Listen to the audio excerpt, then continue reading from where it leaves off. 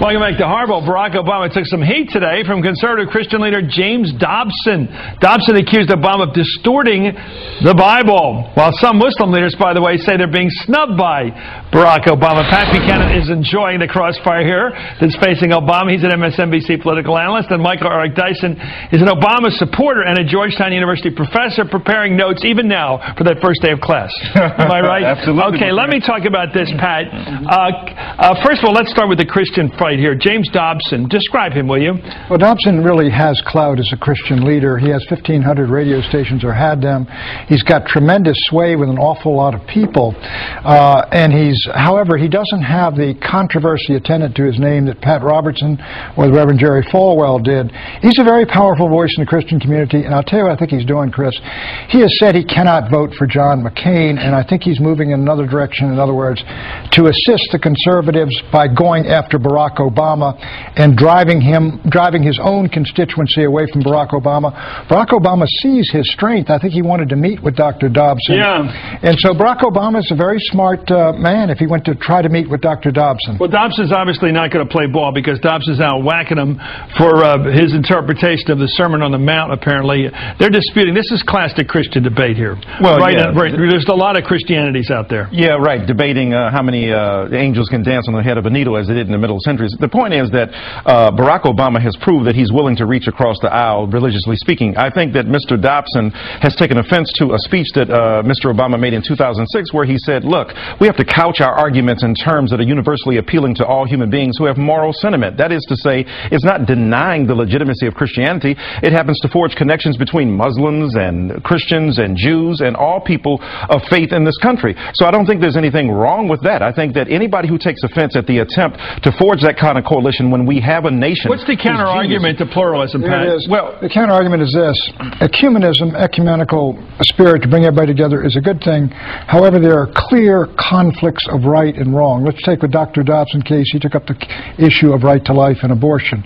Either one side is wrong and the other right. They both can't be right. And what he's saying is, look, you cannot put an ecumenical spirit, bring us all together above right and truth, especially when it comes to innocent human life. Well, but it comes to a question of rights, and the Constitution is decided by the Supreme Court. We know that, but then how do you argue about, how do you have elections about it? Well, this is all right, if you wanted to argue the Constitution, we know how that should be settled, I think, by constitutional amendment. But if you're arguing theology and right and wrong, Chris, we might disagree on say not only that, but homosexuality and homosexual marriage. We know how it's decided politically, but morally, Christians divide. Some of us believe it's morally wrong. I don't care what the voters say. Well, that's what how do you prescribe human behavior, though? How do you stop a person from doing what you don't think they should be doing? Well, as you know, you put them in prison? Is that a definition of a good Christian? Someone who will put someone in prison for having an abortion? Is that a definition of a good Christian by your standards? Well, here's the thing. To quote Thomas Aquinas, not everything that is immoral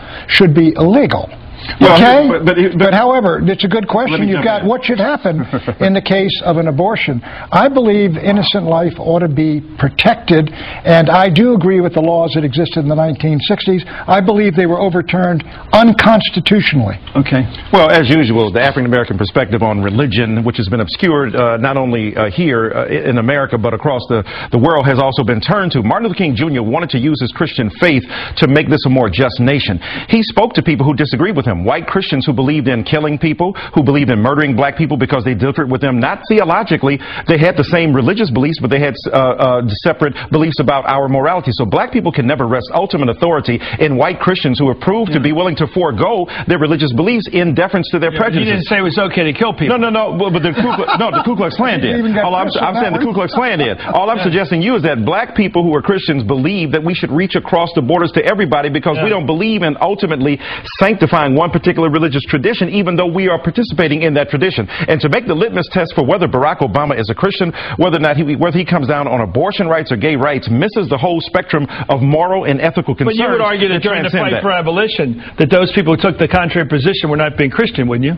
Well, they took what position? They said that they supported slavery. No. They said, no, Christians said that slavery was good. Many Christians argued that, and many other Christians argued it wasn't. I'm saying to you, let me say this. When two sets of Christians were fighting, when white Christians were trying trying to lynch black Christians, it was not the church that stepped in, it was the state.